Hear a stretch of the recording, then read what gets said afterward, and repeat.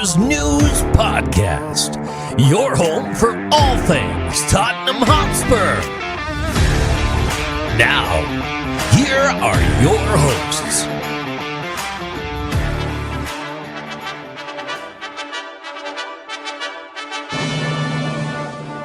Australians, oh, let us rejoice, for we are young and free.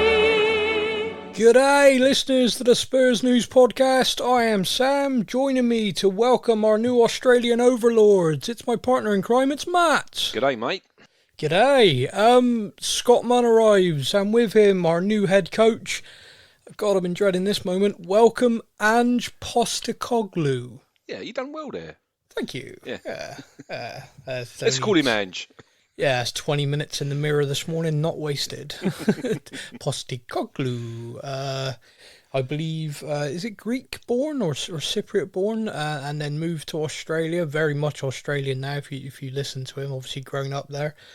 I've spent the last, feels like a week, watching every interview, every team talk he's ever given, just sort of trying to get an idea of who this person is, because to be quite honest with you, up until his name got linked with us, he was not someone I was overly aware of. What about yourself? Yeah, for me, I don't know if I probably mentioned it on the podcast a couple of years back, but Seb and I went to we did a few stadium tours in a weekend. Good. So we started off at Spurs, went up to Manchester United, and finished up at Celtic the next day. Yeah. And it was when he'd just been hired.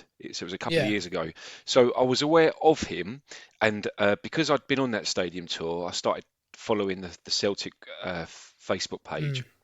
And they weren't happy with him to start with. They weren't. And then he lost. I think he lost two of his first few games. And I can remember seeing, who is this clown we've got here? You know, we should have bought thing of Brendan Rodgers back. Whoever, And slowly but surely, he's bought that philosophy. And I'm probably the same as you. I waited until it was official because I wasn't going to get carried away like I've done with countless other managers in the last two times this has happened. But ever since I am well impressed with him. I feel like, look, I know we always say, me and you, that it's the hope that kills you. Yes, We do, that's don't we? what Oder est verkehrt. Yeah, of course, it's the hope that kills you. Yeah. And you probably listened back to the podcast we did when Conte first took over, or Mourinho first took over. Yeah. And I'm looking for the positives. I'm saying this is going to be a new dawn. It's going to be fantastic. And it's, for me, I just want to look for the positives. And I think, you know, time will tell, obviously, like it has done in the past with Spurs. Yeah. But I feel like it's the right time to get him for a few reasons. First reason, I think, is the fact we're not in Europe this season, the season coming up. Yep. And I'm trying not to think about Europe after watching that game yesterday. I want to talk about. My father-in-law's a West Ham fan and really lovely bloke. And for him, I'm glad for him, but no one else. Yeah. So fair. I was happy that they won for him because he was 14 last time West Ham won a European trophy. He's in his 70s now, so I'm glad he's got to see that. You know. I feel that this is a similar path I'm on, but yes, Yeah, continue. yeah, sure. So it looks like, and I'm hoping you agree with me, especially as you've seen all the footage as well. With Ange, it looks like he's a sort of bloke that needs to come in, not have the distraction of the Eurovision Cup, that West Ham, Eurovision. whatever it is they've just won. Yeah, Yeah. The Cup winners Eurovision. Whatever Love it is, that. Yep. let him have it. So he's not got that distraction, so he can now focus on getting his philosophy in.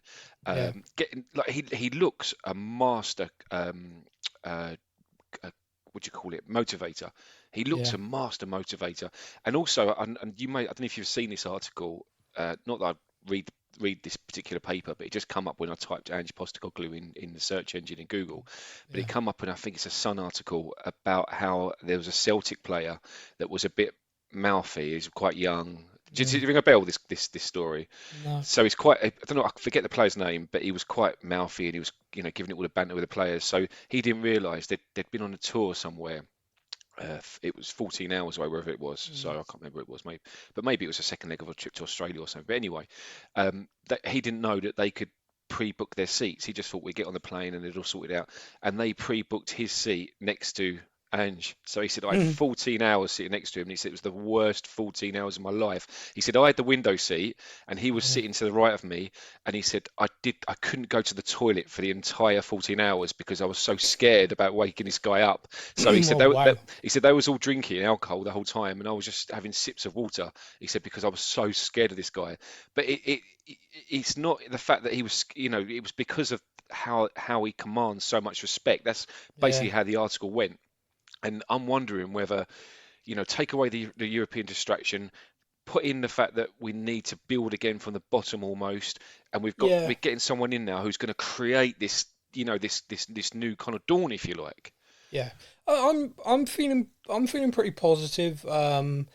It's it's a weird thing because you go into this managerial search, and I had certain people in my mind who I thought, if we are able to bring these people in, I think we'll improve, and I think it's good for the status of the club. And you're looking at Nagelsmann and people of that, and I'm looking at it, and of course I very much wanted us to, our chairman, to swallow his pride and ego and bring Mauricio Pochettino to come back.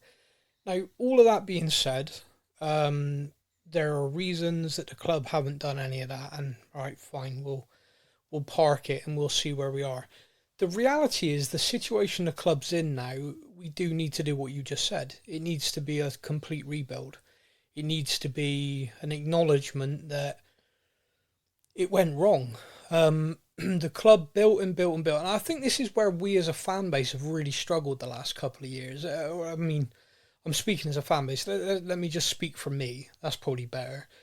I've struggled the last few years because we have, ever since, I'll tell you the time that it was. We appointed Jacques Santini, who was the France manager. Do you remember? Yeah, it did last very long, did it? No, God, no. But this is the thing, right? We appointed him, and I looked at that, and I was kind of like, wow, we've made a couple of really good signings as well. We've appointed the current French national coach. Of course, France were world champions at that point. And I was like, this is impressive. Now, that guy took our job just before a World Cup. France then got knocked out in the group stage of that World Cup. He arrived with us, basically now a disgraced national figure in France, and couldn't get his message across, didn't really speak the language, and was gone within the first, I think, 6 games. 6 league games, anyway. Now, we brought in an assistant who spoke French, English, Dutch, pick a language, the man spoke it. He had fantastic interpersonal skills, brilliant man management and motivator, and that guy was named Martin Jol. I love Martin Jol. From that moment on, I have felt, and of course, don't get me wrong, it wasn't a straight line by any means, but from that moment, I have felt like the club has been building towards something. Previous to that, mid-table was the best I could hope for. Genuinely, it was the best I could hope for. Martin Jol took us from that to, we are now a European football playing team. We should be in those brackets. We started pushing clubs we'd never pushed before. Quite literally, Jol and Wenger nearly came to blows at one point. And we were playing really nice football. It was really nice. We were the entertainers. We were the team that people enjoyed watching. Like, if I'm a neutral, I'll put a Tottenham game on. I know it'd be fun. And that kind of grew. And like I said, it wasn't a straight line. Martin Jol getting sacked at half time, bringing in the guy who, of course, is the last man to ever win us a trophy, but did so with Martin Jol's team, which still kind of grates me a little bit that happened, because if it had been Martin Jol who'd lifted that trophy, I'd feel really good about it, but I still, the other guy. He then went, and of course then we had Harry Redknapp. Harry Redknapp picked us up, brushed us off, and took us back where Martin Jol had us. And we again progressed. We made a Champions League for the first time, and we had probably some of the most fun I've ever seen in Champions League football, like Gareth Bale's night at Inter and stuff. It was just, Taxi from Mycon. That night was brilliant, hilarious. It was mental. I remember our first game in the Champions League was a qualifier. Do you remember that? Yeah, against Young Boys, wasn't it? Yeah, and we went like 3-0 down. That's right. Yeah, And I'm watching this just thinking, I've waited my life to watch Tottenham in the Champions League, and we're not going to make it because we're getting knocked out in a qualifier by Young Boys. This is not good. This is not good. I kept thinking to myself. So yeah, it has not been a straight line. It has been coaches taking us forward, then us going to the side. Mauricio Pochettino coming in when he did, I felt the club was in a bad way. It felt like after AVB and Sherwood, we had a team that was completely disconnected from the fan base. We had units within the squad that were disconnected from each other. Mercenaries in the nicest possible way, like Adebayor and people like that were in the side. And it just felt like a mess. And he came in, he tried to address it, because a lot of people forget that like when Mauricio came in, he didn't really do a lot with the squad initially. He came in, he appointed Yunus Kabul as his captain, which a lot of people forget. Everyone thinks it was Hugo from day one, and it wasn't. His first few teams he put out, there's no sign of the youth players or anything like that, and we were doing crap. Like Mauricio even said himself, he thought he was getting sacked. And Harry Kane came off the bench and hit a free kick against Aston Villa, which took a massive deflection. Probably his only free kick goal, by the way. And it saved him. Unless you count the sort of the indirect. I don't know if I count that. I don't know. I mean, I guess so. It was a friggin' hell of a goal. Great goal, yeah. I love the way they've solved the problem though. Like, Harry, if the ball stood still, you clearly can't score. So what I'm going to do is I'm just going to roll it. Yeah, move the ball out of the way. Yeah, and then you can smack it like it's normal play, like you normally do, and wallops, top bins. That was something else. But anyway, sorry, I digress. And it just kind of feels like we're there again. It feels like we're there again. Like the fan base is completely disconnected and divided. You've got people who are so passionate about Enoch Levy out now that if you so much as say, hey, I like the new kit, they'll jump on you and scream in your face. If you've got people who are so virulently against the new head coach because he's Australian, he's never managed in a top 5 league, where Tottenham Hotspur were supposed to be bigger than this. I think the message I've got to get across to everyone right now is right now we're not. Mauricio Pochettino took us to a level where we were a consistent Champions League team, and then I'm not going to go into it again, but then it all went wrong. Decisions made within the club, decisions around recruitment, squad enrichment, if you like. It all went wrong, and since it's gone wrong, we've gone from Jose Mourinho, who watching the football under Jose was really difficult. Really difficult. You had one or two results and you thought, oh wow, maybe this could work, maybe this could be entertaining, but the rest of it was just so drab. And if anyone who'd watched Roma in that Europa League final, it is just awful to watch. It is just not fun. And that was just a horrible reminder of how it was under him. Then of course there's that other guy. We don't talk about no. Do you know what's interesting? Did he last longer than Santini? Now I need to look that up. Yeah, you need to look that up. I think he might have done. Yeah. But there's less said about that the better. That was ridiculous.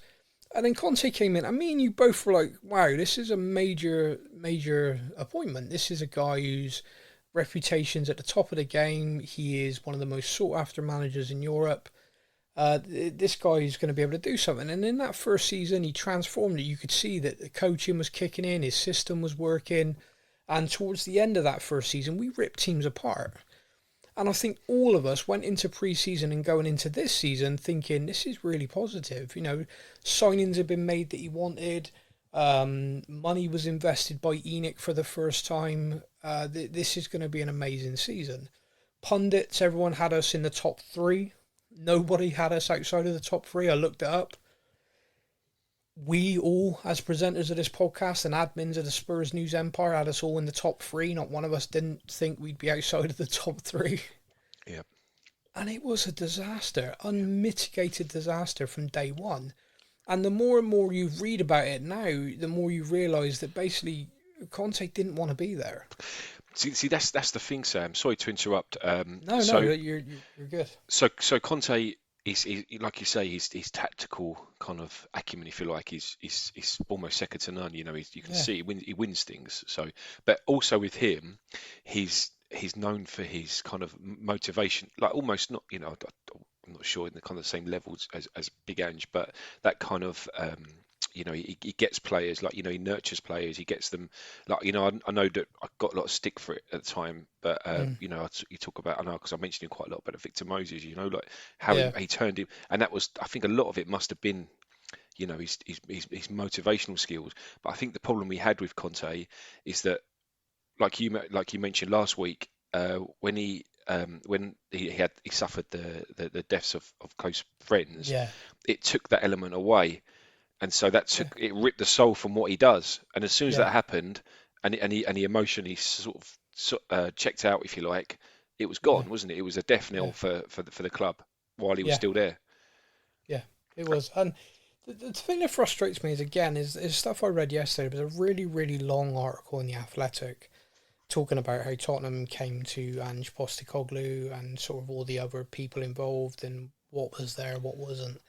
And obviously they touched on how Conte's reign came to an end.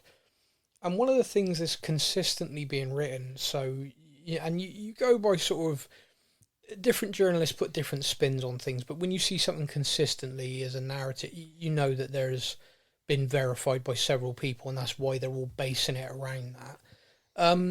And basically, the essential thing is the club knew he didn't want to be there. He told them there was no way he was extending or renewing his contract. He was going back to Italy at the end of it, and yet they did nothing, which is incredibly frustrating because once you know he doesn't want to be there, you really have to act. You really need to, as a club, go, okay, then let's shake hands.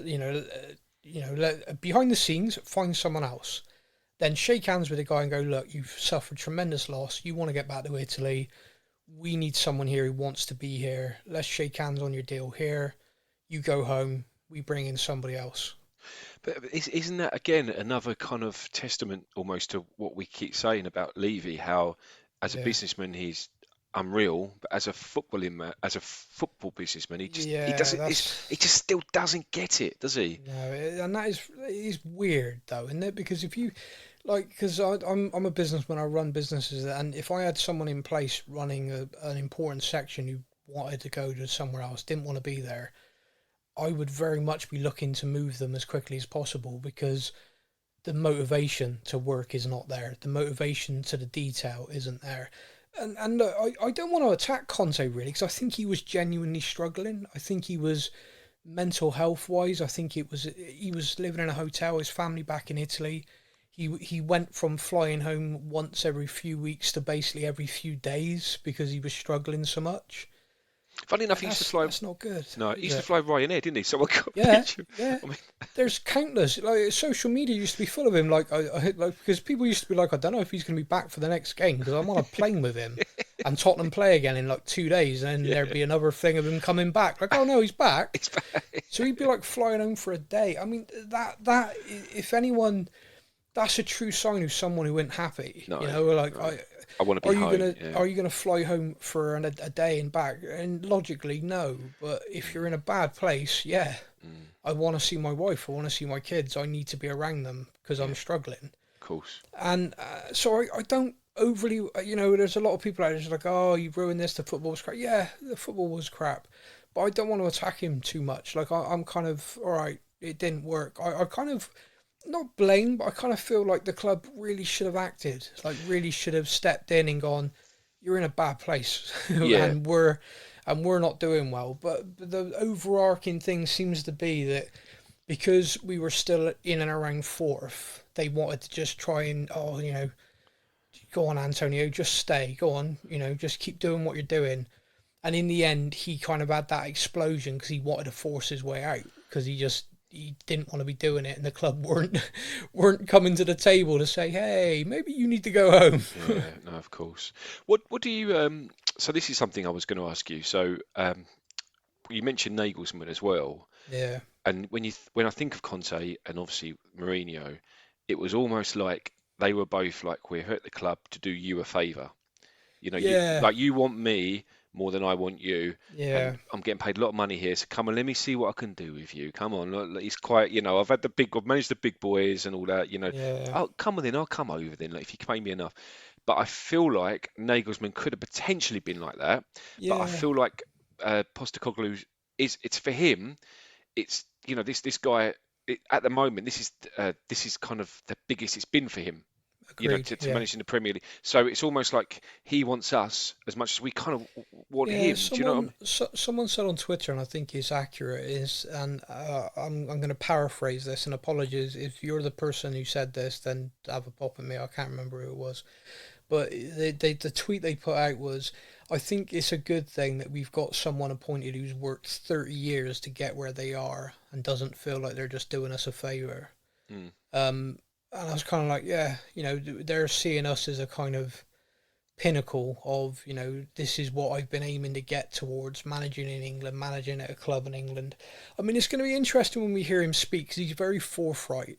He's very clear with what he wants to say. When he joined Celtic, I've listened to some of his interviews, about how everyone branded me as a joke. But, the fans embraced me and I wanted to repay that and stuff. Well, I had a conversation with a Celtic fan who was very clear, like the opening period of him joining, they were all just in, what the hell? Inside the stadium, 100% support, he said, but like social media and everything, a bit like Tottenham, it was just, what the hell? Who is this guy? What the hell's going on? I mean, I posted it to you, didn't I, in the chat, and the guy was just like, but 100% everyone here is missing him now. We're gutted. Do you know? It's a strange old thing. But Nagelsmann, sorry mate, just to finish that point, Nagelsmann was an interesting one for me because, like you said, you very much could have had that again of, I'm Julian Nagelsmann, brand Nagelsmann, and I'm going to Tottenham, but it's more about me than it is about them. I kind of felt with him from outside, and if the club spoke to him and got that vibe, then avoiding him was the right thing to do. But I kind of got the impression he looked right now, after what happened at Bayern, we were the sort of club he wanted, where he could go, right, give me time. I need to come in, work, get a team playing the way I want them to play, and then rebuild my rep as much as anybody else. And sometimes you need someone motivated, even if it's motivated a bit selfishly. You need that because they're going to come in and buy into it. But with, like you said, with Ange Postecoglou, we've appointed someone who doesn't have that. He wants to create a team that plays attacking football. There's a fantastic video of him on the touchline at Celtic going mental when they're passing the ball back. Stop passing it back! Yeah, and I mean, like, really, really, and like the fans are like, ooh, like, there are certain players in our team who are about to get their absolute bells rung by this. So he is all about going forward and attack. I'm concerned about our defending because of the level it has been this season. With Ange Postecoglou, apparently he's even said again on interviews, I don't focus on defence really. I focus on getting the ball forward and scoring. Which a lot of people have now compared him to when we appointed Ozzy Ardiles, and Ozzy Ardiles just played 5 attackers, and we were every game was like 6-3 or 5-4, and like, oh, that's what it could be again.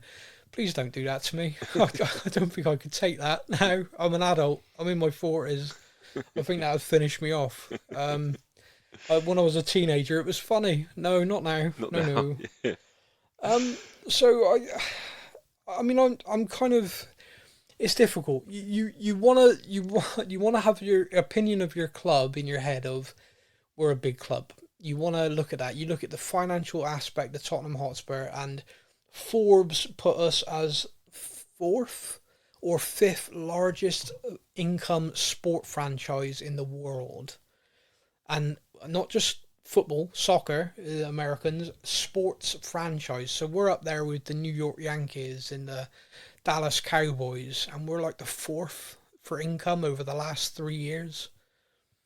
And when you look at that and you're a fan, you're like, how in the why, why aren't we, just buy a team, man. Yeah, yeah. And then you look at another list that's been published, which is the top highest valued commercially football clubs, and we're eighth. Now we're behind Arsenal, Chelsea, a couple of other teams, but we're eighth on this list in the world. Of the top 10, we are eighth.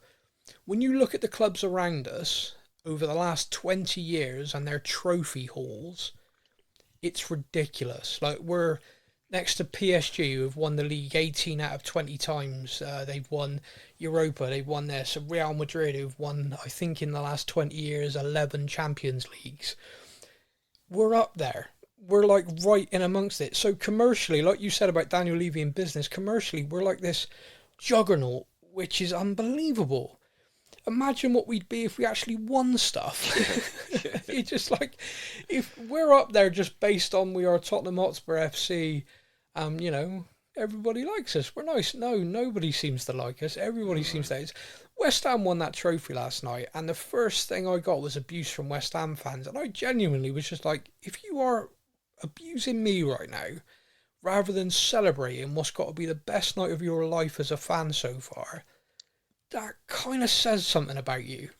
It's just like if we like that, if that night in 2019 we won the Champions League, I wouldn't have given a fuck about Arsenal fans or Chelsea fans. I'd have just been mental. Yep. In a few days' time, I might have sent them a quick test like, "Oh, you ever had one of these?"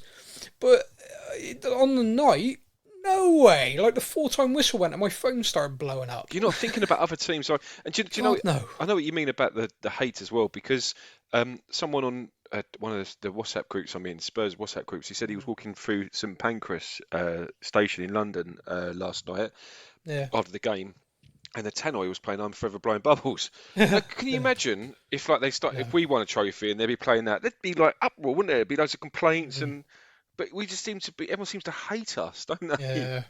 Do you know what I want? it's I a want to love. make. Yeah, I wanted to make a point about Postecoglou as well. So it's going a little bit Yeah. off, but it's kind of on the same ballpark a little bit. But I know I mentioned it in chat as well about how when you listen to Conte being interviewed before and after the match, it used to bore the utter shit out of me to the point Yeah. where I never used to watch him in the end. It was like, and so I think, and I don't know, I don't know kind of whether this is something or it's just me, but a lot of what they're talking about is getting Spurs, us fans, reconnected with the team again.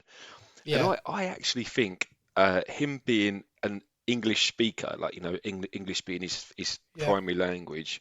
I know he's Greek, isn't he? And he speaks fluent Greek, but English is his Yeah. primary language, being Australian. I know you said this, I'm looking forward to listening to his pre and post match interviews.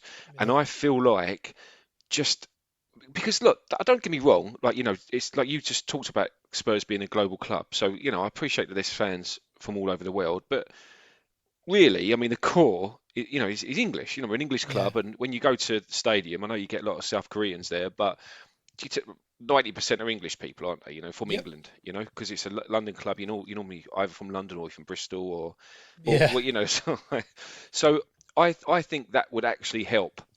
Having an English speaking, like, well, say not English, because I know Conte speaks English, but English being their first language Yeah. manager. Do you see what I mean? Like, it might not make any difference, but for we're me, gonna I feel like find it out. connect me. Yeah, very soon we're gonna find out. I mean, I think he's very plain spoken, so I don't think he's gonna mince his words like every Australian I've ever known. To be honest with you. Yeah, yeah, absolutely. And you know as well, and this is I think that Conte and especially Mourinho use to their advantage. Okay, so because English isn't their first language, although they could both speak English obviously fluently, you still get the kind of the nuances with the way they speak.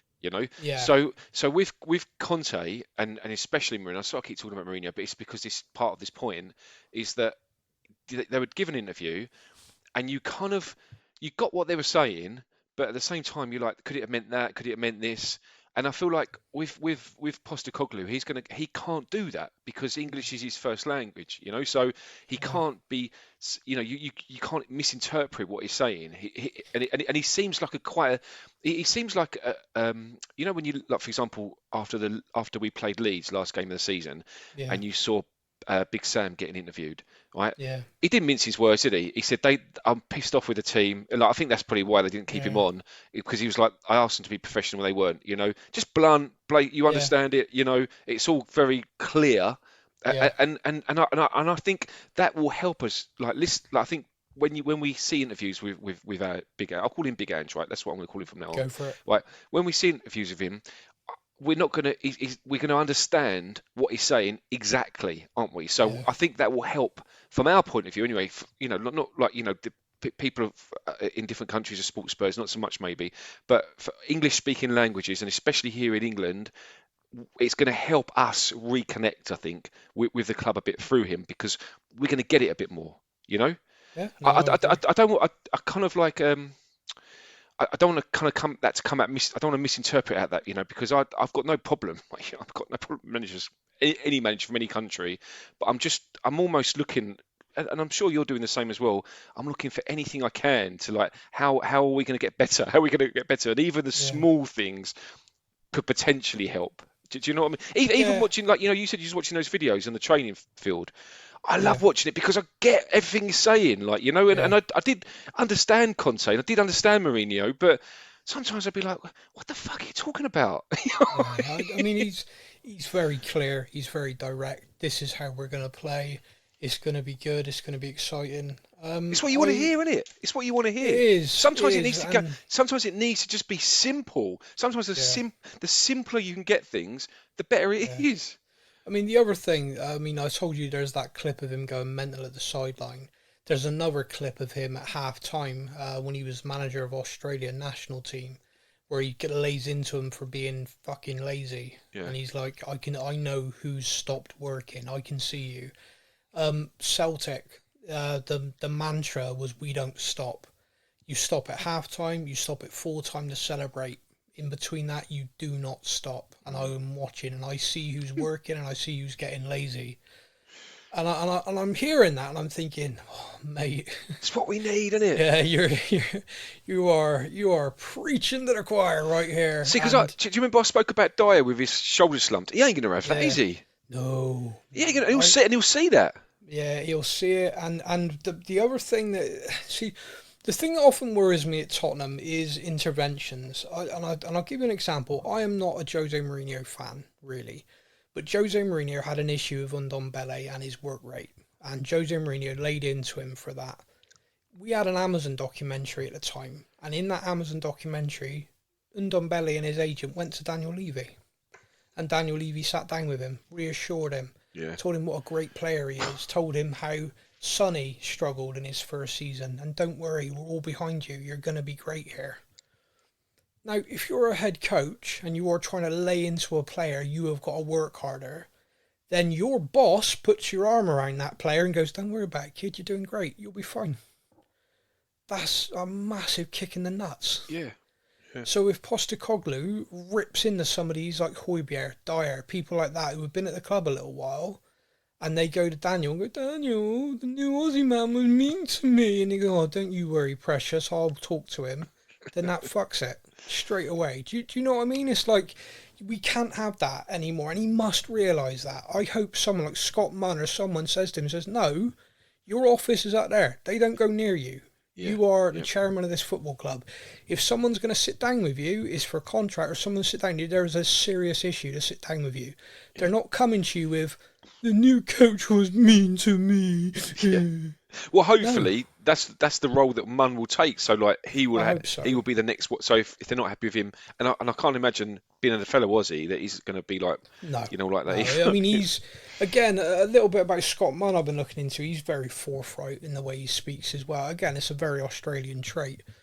I do feel weird about Tottenham becoming Team Aussie right as we're going into an Ashes summer, though. I don't know how I feel about that. Like, if England win the Ashes, are they going to want to sabotage us? I mean, if Australia win the Ashes, am I going to want to hear them speak ever? Anyone who's not a cricket fan, they'll give a crap. No, But for me, this is a big deal. Well, do you know, I was having a conversation with Seb yesterday about the fact that did he sign something like 6 players from the Japanese league at Celtic? So, like, I've got the feeling I know what the answer will be, but I'm wondering whether they'll be good enough. Some of the players that, because what he's done is he's been in that league, and when he's at Celtic, he's like, these are the mustard ones that, bring them over. But it's one thing bringing them over to the Scottish league, isn't it? But I wonder whether that's going to work in the Premier League, because I think, and I know this is, I don't want to bore everyone because I know it's a conversation we have all the time, but I'm now at the point where I'm wondering whether, and I don't think it's going to happen, especially as he's been pictured in the new kit, but I read that when he took over at Celtic, they sold their best player. They did, yeah.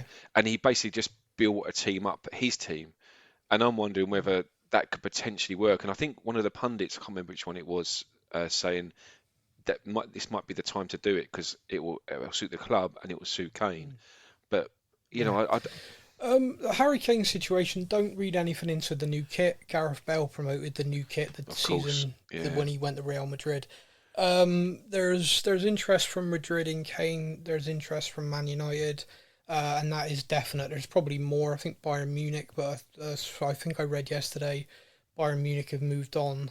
So Kane has a decision to make. Kane has 12 months left on his deal. He can pick a club to move to this summer and try and engineer the move, and the club can accept an offer, or he can wait 12 months and do whatever he wants.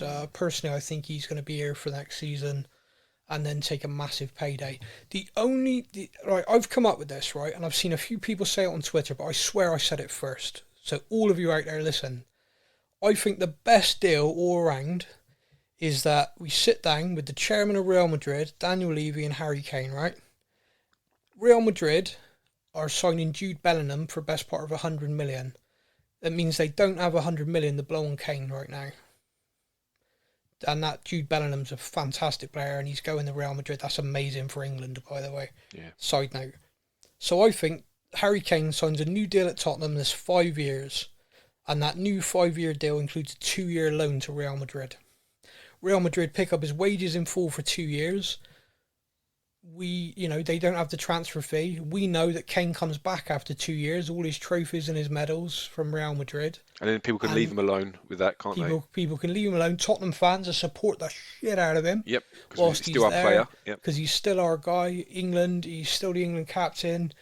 And he gets to come back and smash the record in a Tottenham shirt when he comes back.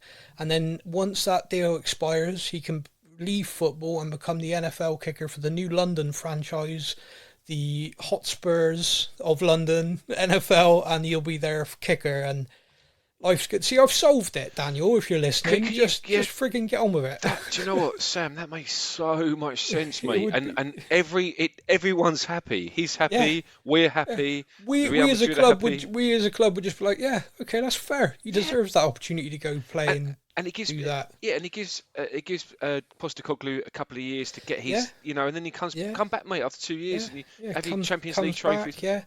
We've already got Richie who can play 9, and if you look at the way Postecoglou plays, it would really work with the way Richie runs everything. He runs everything. Yeah. Honestly, it's a great deal, everyone. It's a no-brainer. People, if I had Daniel Levy's email address now, because he changed it after the amount of abuse he got over the last couple of months, I would, and that wasn't all me.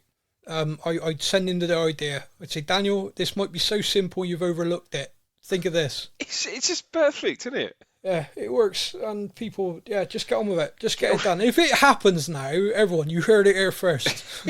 This was my idea, and I deserve a cut of the commission, Harry. Yeah. I'd say Harry, not Charlie, because his brother blocked me on Twitter after I spoke. Well, in fairness, I'd have blocked me. After that Gary Neville interview in 2021, I kind of was a bit abusive. You got a bit passionate, Sam, should we put it that way? Passionate, yes. I basically, I wasn't polite. No. I wasn't very polite to poor Charlie, who was doing his best. Anyway. I'm still pissed Tom Carroll blocked me on Twitter, by the way. Everyone who's listened to this show for a long time will know that.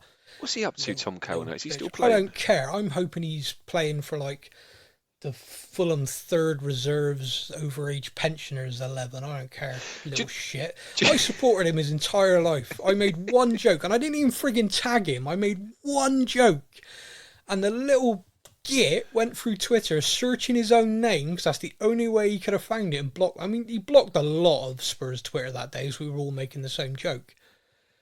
Yeah, I mean, yeah. Move on, Sam. That's what I say. No, I don't want to move. Let's hope Tom's moving on as well. Do you know? I went to season just gone.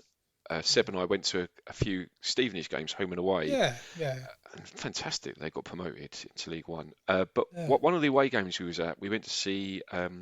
Went to the Wimbledon, see them play Wimbledon. It was a good game actually. They won 3-2.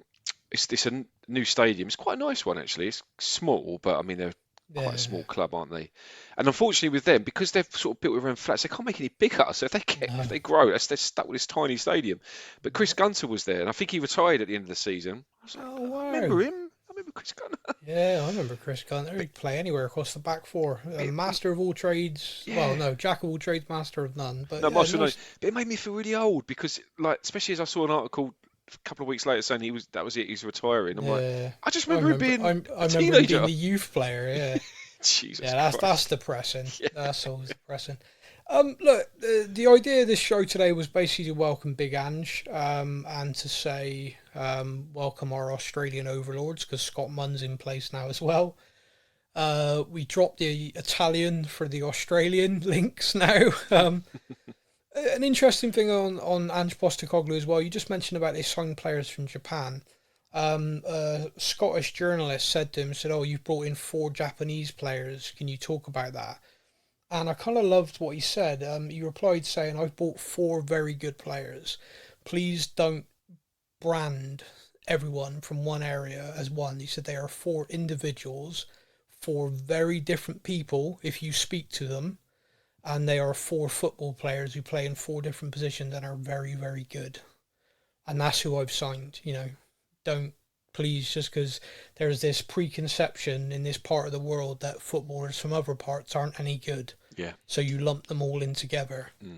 And I think Celtic fans stand by the fact that these players have been very, very good for them. Yeah, they have. And the thing about Ange Postecoglou is he recruits to people who work. So we may not see signings of the names that we as fans are like, oh, this person, we want to sign this person. But we will see recruitment of people who will work. Yeah. Because he won't have anyone who doesn't. And anyone who does join who's a name that we know, he will insist and will make sure when he speaks to them and explains to them, this is my expectation. And if you're not willing to do that, you're gone. Yeah, I like that. And he did that at Celtic. Here's the thing that worries me is Celtic backed him to do it and he did it and it worked. I always have a reservation with us that they won't do that. Like I said, that moment with Ndombele, when Daniel Levy put his arm around him and reassured him, to me, that was the death knell for Ndombele. That was the, good. Don't matter what I do, I'm fine. And he's been out on loans. People are saying like, oh, he gets another chance. Yeah, I'm sure he does get another chance. But this guy worked under Pochettino, wasn't doing well. Jose didn't do well. The other guy we won't mention. We don't talk about no. Conte gave him a go. Mason turned his nose up at him as well. He went back to Lyon. They benched him. He went to Napoli on loan. Hardly played. Yeah. And Napoli won the league. He got a league winner's medal in Italy, for God's sake. Ridiculous, isn't it? Yeah. So here's the thing. Another thing for the Harry Kane deal, right? Real Madrid, you want to win trophies, get the Champions League back, the league in Spain. So bring in a Tottenham player. Seriously, the curse of leaving Tottenham and winning stuff trumps everything. Brian Gill just won the Europa League with Eric Lamela. Little Brian Gill, who ain't good enough to play for Tottenham, just won a European trophy by beating Jose Mourinho, which made it a bit better as well. And it was a proper European trophy as well. I ain't going down that road. Look, I'm going to say this and it hurts me, okay? There are 3 European trophies now. They are proper. They are. Last season, West Ham were in the Europa League and reached the semi-finals. This season, they dropped down to the Conference League and they won it. That shows that they took the competition seriously and they progressed well in them. And if you get to the semi-final of the Europa League, then yeah, you should be doing well in the Conference League. And they proved it. They backed it and they did it. Well, Tottenham treat those competitions like shit. Yes, and have done for years, and it drives me insane. But what you got to realise though is that okay, they did that. Where did they finish in the league, West Ham? It's one or the other. It's one or the other. I'm not. Yeah, all right. They are still a Premier League team next season, and they've won a trophy. We finished 8th, and we never even got close. I honestly don't know if I could say to you which I prefer right now. 8th in the league does nothing. It's nothing. It's mid-table. It's shite. Winning a trophy and finishing 16th, 17th, and then being able... I honestly don't know. Right now, my head's kind of like, I don't know. I haven't got an answer to that. It's kind of bugging me. But genuinely, take the competition seriously. Take the FA Cup seriously. Take the League Cup seriously. Because you lift trophies, all of a sudden that whole monkey comes off the club's back and you can actually progress then. Because right now it is just the worst running joke in football. I mean, we are getting slammed constantly. Man City won the FA Cup. Newspapers are doing graphics of all the teams that have won FA Cups. We're not even on there. We've won it 8 times. But the narrative and the thing that Tottenham don't win anything is now so entrenched that we're being left off these things. It's like, it's ridiculous. And yet we still don't take them seriously. It's like, oh, top 4. Yeah, top 4 is really important financially and for success and everything for the club, definitely. But we got to take the cup seriously. We're not in Europe next season. We got to take the cup seriously as well. Please, I'm begging you, Ange. Please. We love Mr. you, Ange. Postecoglou. We love you, Ange. Do it for us, buddy. And that's it. That is our show. Now, I am going to leave us with a speech from Ange Postecoglou. He is talking to the Australian national team before a game at a World Cup. And everyone, if you've not heard this, just listen. If you have heard it, listen again. But Matt, until the new season, I'll speak to you again soon. Look after yourself, mate. So we're game day, boys, yeah? So when you walk out today, just think about one thing, right? You think about the person in your life, as I've always said to you, it could be your mum, could be your dad, could be your brother, sister, uncle, grandfather, partner, friend, coach, somebody in your life that when you started believed in you more than anyone else. That when you said, I want to play football and you were passionate about it, they're the ones that made the sacrifices. They're the ones that pushed you. That when people said to you, you're not good enough, they're the ones that picked you up and said, no, you keep going. Think about that person. Think about how that person's going to feel when we win tonight. When they're at home and the text messages start coming through to them and people ringing them and people sharing the experience with them. And when they wake up tomorrow morning in Australia and everyone wants to talk to them, they'll feel like it's them that's achieved it. And you know what? It is them. Because that's who you're walking out with tonight. When I walk out, my old man's next to me. He's a hard man, my old man. Still is today. But he's the one that kept saying to me, no, you can keep doing what you're doing. You're going to love this game and you're going to make it to the very top. Hard man, though. When we won the Asian Cup, said, fucking went to his place because he can't travel. Here's the Asian Cup medal. Dad? He goes, well done, son. But if you'd made a substitution a little bit earlier and you stopped this playing out from the back shit, you wouldn't have gone into extra time and you'd be fine. Still a hard man. Can't please him. That's who made me. He walks out with me tonight. Thank you for listening to the Spurs News Podcast. We hope that you enjoyed the show. Stay up to date with all things Tottenham. Follow us on social media. All links are in the podcast description.